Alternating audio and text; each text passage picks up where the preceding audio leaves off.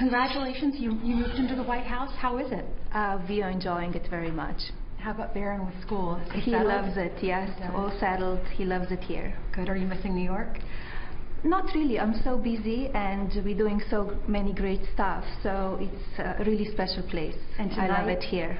That's wonderful. Tonight it's a great picnic, congressional picnic with all of us getting together.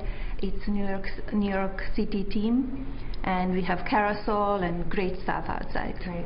Big news today. You said you didn't tape James Comey. Do you want to explain that? Why did you want him to believe that you possibly did that? Well, I didn't tape him. You never know what's happening when you see that the Obama administration, and perhaps longer than that, was doing all of this unmasking and surveillance, and you read all about it, and I've been reading about it for the last couple of months about the seriousness of and horrible situation with surveillance all over the place, and you've been hearing the word unmasking, a word you probably never heard before. So you never know what's out there, but I didn't tape, and I don't have any tape, and I didn't tape.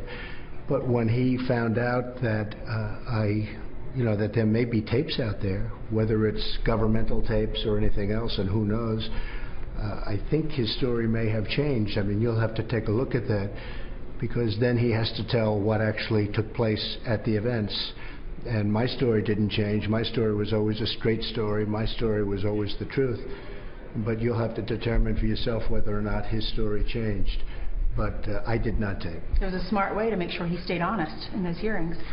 Well, it wasn't very stupid, I can tell you that. He did admit that what I said was right.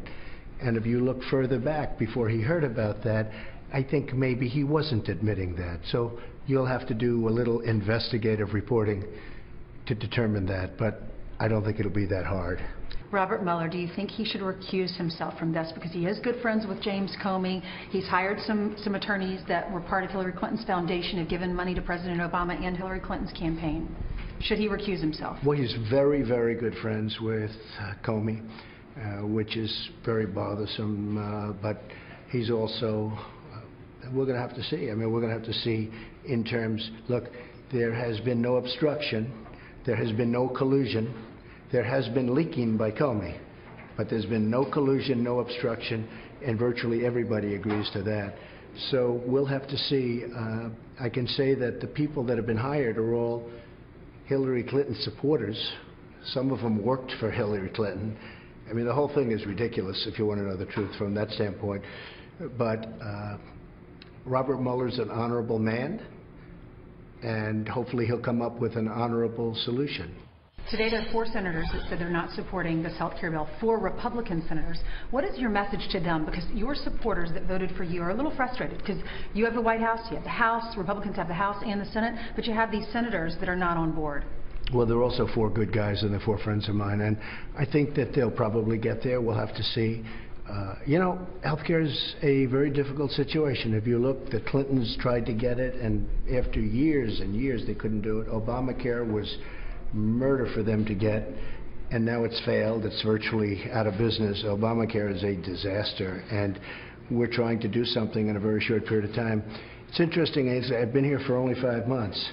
People are saying, where's the health care? Where's the health care? Well, I've done in 5 months what other people haven't done in years, and it's been, people have worked on health care for many years. It's a very complicated situation from the standpoint you do something that's good for one group but bad for another.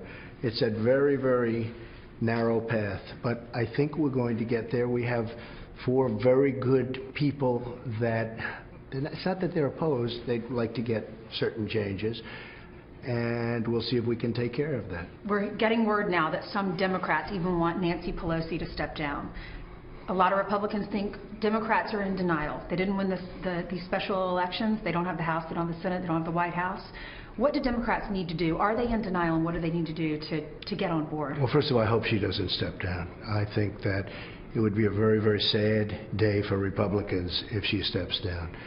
I'd be very, very disappointed if she did. I'd like to keep her right where she is because our record is extraordinary against her.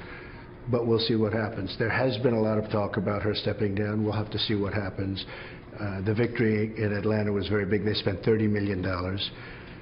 We had a candidate who did a very, very good job. I think I helped a lot. and we had a great candidate. But we were 5-0, as you know, in these special elections. And I think the Democrats thought it would be a lot different than that. 5-0 is that's a big margin. And this last one was very interesting, though, because they put everything into it. They had every consultant. They had agencies, advertising agencies. Hollywood. I mean, think of it. Hollywood came out. And in the end, we won quite easily, much, by a bigger margin than anybody would have thought. So they're going to have to do something. I will say this. They are right now obstructionists. All they want to do is try and obstruct. I think they'd do much better as a party if they got along with us, if they called us and said, let's work on health care together, let's work on tax cuts together and tax reform, let's work on infrastructure together, we can do it together. I honestly think they'd do better at the polls. I think the American public is tired of obstructionists. And I honestly believe that. And when I say that, boy, would the people love to see two parties getting together and coming up with the perfect health care plan. Because Obamacare has failed now. It's dead. The insurance companies are all flocking and leaving. And it's a real problem. Wouldn't that be refreshing if we could all come together? It'd be so together? nice. I know. And that's the way it should be. And there have been moments in our country's history where that's what happened. And those were the greatest things, whether it was Social Security or Medicare. It was two parties got together and came up with great solutions to problems. I don't think that's going to happen, but that is what should happen.